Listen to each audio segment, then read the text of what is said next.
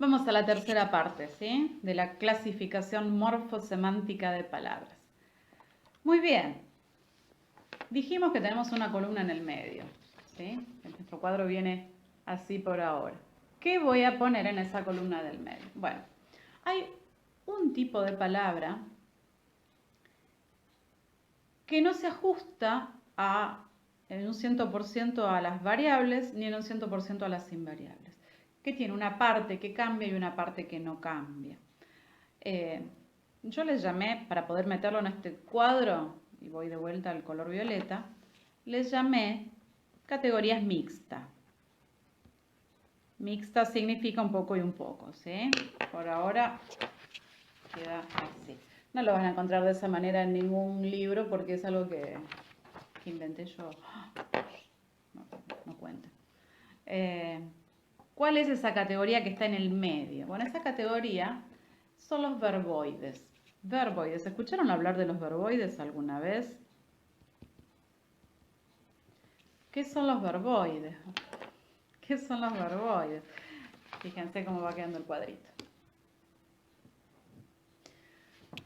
Bien, les cuento. Los verboides son formas verbales, por eso su nombre, pero se diferencian del verbo. ¿Por qué se diferencian del verbo? Fíjense. Cuando hablamos acerca del verbo, nosotros dijimos que el verbo era una categoría variable, ¿sí? ¿Y que en qué variaba? Dijimos que variaba en tiempo, modo, persona y número. Sin embargo, los verboides no varían en estas cosas, ¿sí? No se puede conjugar un verboide. Un verbo sí, pero un verboide no. ¿Por qué? El verboide es una forma verbal que no puede ser conjugada, que no se puede conjugar, que no se puede poner en presente, pasado y futuro, que no se puede poner en primera, segunda o tercera persona, ¿sí? Cuando los escuchen, se van a dar cuenta de cuáles son y van a decir, es una pavada. Y sí es una pavada, pero para nosotros es novedoso por ahí. Bien, hay tres tipos de verboides. Y dentro de esos tres tipos de verboides, van a ver que yo saqué una flecha para la izquierda y dos flechas para la derecha. ¿Qué quiero decir con esto? Hay tres tipos de verboides, ¿sí? 1, 2 y 3. Tres tipos de verboides, de los cuales un tipo es variable, por eso está del lado de la columna de las variables, y otros dos tipos son invariables y por eso está del lado de la columna de las invariables, ¿sí? Bueno, son tres tipos de verboides. Y hay algunos que yo sé que ustedes los escucharon nombrar. Por ejemplo, si yo les digo la palabra infinitivo, tienen que haber escuchado nombrar los infinitivos. ¿Cómo terminan los infinitivos? Son ar, ir, como en amar, temer, partir. Son infinitivos. ¿Están conjugados? No, no están conjugados. Estamos acostumbrados a llamarles verbos, porque sí, claro, tiene una raíz verbal, pero técnicamente no es un verbo, sino un verboide. Y dentro de los verboides, un verboide infinitivo. Lo voy a poner de este lado porque los infinitivos son invariables. Y ahora les voy a explicar. Entonces, tengo los infinitivos. El infinitivo no cambia. Siempre termina con ar, ir, cada uno, ¿sí? Una vez que sé que temer termina con el infinitivo no puede cambiar. Es terminado en por ejemplo. Entonces voy a escribir abajo, ¿sí? Las terminaciones terminan con ar, ir. Y pasa algo interesante con los verboides, y es que nunca funcionan como verbo. A pesar de que son formas verbales, nunca funcionan como verbo. El infinitivo, por ejemplo, funciona igual que un sustantivo. No es un sustantivo, pero cuando lo tenemos dentro de una oración funciona igual. Y tengo una pequeña anécdota para contarles sobre esto. De cuando yo era chiquita, cuando iba a tercer grado, siempre fui un poquito rebelde, un poquito. Y resultó que en tercer grado mi mamá era mi maestra en una escuela en la que había 13 alumnos. Así que imagínense una aula en la que íbamos 5 o 6 chicos en el turno mañana y tercer grado, que yo iba a tercer grado, cursaba junto con cuarto y con quinto. Así que un día la maestra, mi mamá nunca fue muy buena con lengua, mi mamá es buena con matemática. Un día la maestra quiso explicarnos el sujeto y el predicado. Y hablando del sujeto, dijo el núcleo siempre es un sustantivo y nunca, jamás van a encontrar un verbo en el sujeto. Y Elisita, que era chiquita y era de llevar la contra, se puso a pensar, nunca voy a encontrar un verbo en el sujeto. A ver, tiene que haber algún ejemplo. Y enseguida se me ocurrió y levanté la mano.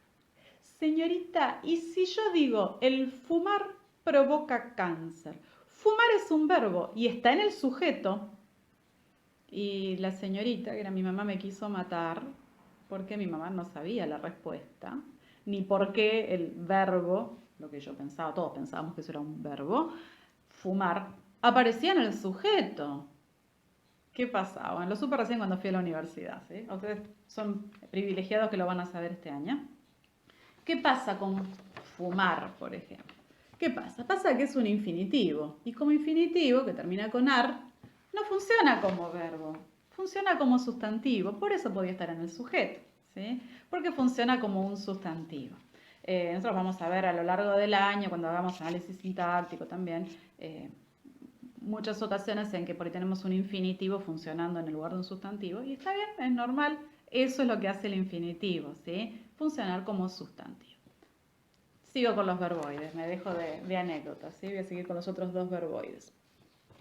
El otro verboide que no cambia es el gerundio, ¿sí? Apréndanse palabras nuevas. Gerundio. ¿Qué son los gerundios? Los gerundios son formas verbales que terminan con ando, endo. Por ejemplo, amando, temiendo, partiendo. Y son invariables, no cambian, ¿sí? Los gerundios siempre terminan así, ando, endo. Se los anoto acá abajo, ando, endo.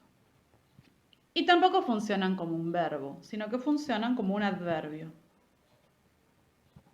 ¿Sí? No se preocupen, no tengo más anécdotas para los otros verboides. ¿Sí? Ahí lo ven. Gerundio funciona como un adverbio y termina con ando, endo, siempre. Y me queda la última categoría, de este lado.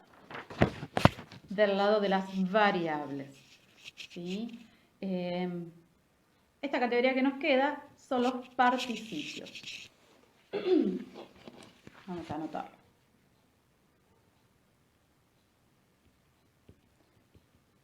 El participio. ¿Cuál es el participio?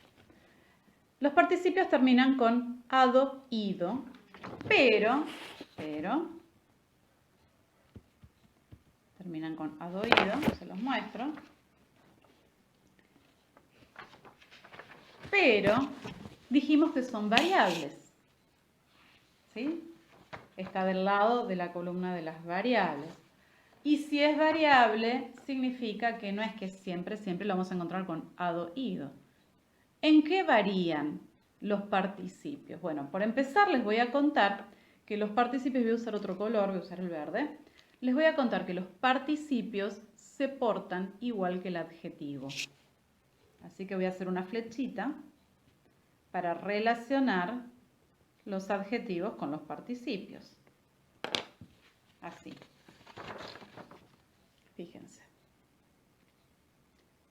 Si yo les digo amado, temido, partido, cuando nosotros analizamos, ni siquiera notamos que no son adjetivos, que tienen una raíz verbal. Amado viene del verbo amar, del verbo de amar.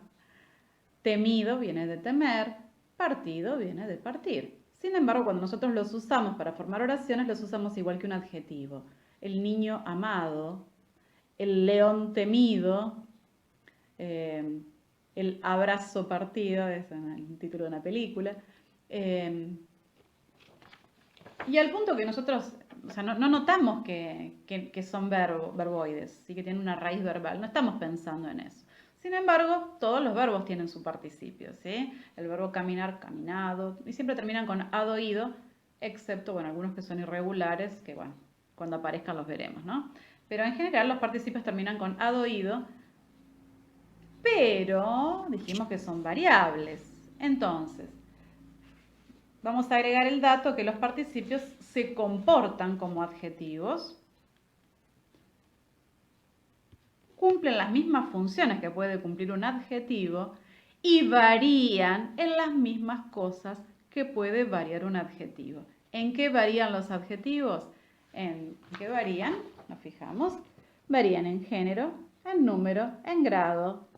Los participios también. Amado en masculino, amada en femenino. Amados en masculino plural, amadas en femenino plural. Amadísimo en superlativo, amadísima, superlativo femenino. Pueden estar también en plural, amadísimas, amadísimos. ¿Sí? Bueno, fíjense entonces que el participio tiene una raíz verbal, es un verboide, pero se comporta como el adjetivo. ¿De acuerdo? Y varían las mismas cosas. ¿Sí? Entonces varía también en género. Esto tendría que ir con violeta. En género, en número y en grado. Fíjense, ¿sí? Ese es el participio. Entonces, bueno, quedó nuestro cuadro completo. A este cuadro lo vamos a usar, a partir de ahora lo vamos a necesitar, vamos a tener que tenerlo a mano para poder hacer análisis morfosemántico. Con el análisis morfosemántico vamos a comenzar en la próxima clase, ¿sí? Y vamos a trabajar durante varias clases. Les voy a dejar, además de el cuadro vacío para que ustedes lo puedan completar, les voy a dejar un archivo en el que van a tener unas cuantas oraciones que son para ejercitar. No lo tienen que hacer todavía, ¿sí? Lo que sí van a tener que hacer es transcribirlas. Pueden usar, si tienen con qué imprimir, pueden usar el archivo Word que les voy a mandar, ponerle espacio, bastante espacio entre una oración y la otra, imprimírselo y si no, transcribir en la carpeta. Para primer año son 40 oraciones, para segundo son 80. ¿Sí? El trabajo es similar, pero la dificultad en segundo es un poquito mayor, ¿sí? Además de la cantidad. Les voy a dejar todo esto también escrito en las consignas para que no se pierdan nada. Pero quédense tranquilos, todavía no tienen que empezar a analizar. Solo transcribir para tenerlo ya en la carpeta, ¿sí? Pero no analizar. Y a partir de que comencemos a analizar, ahí vamos a hacer las videollamadas para que podamos trabajar juntos y puedan comprenderlo. ¿De acuerdo? Bien, les dejo un saludo. Chao.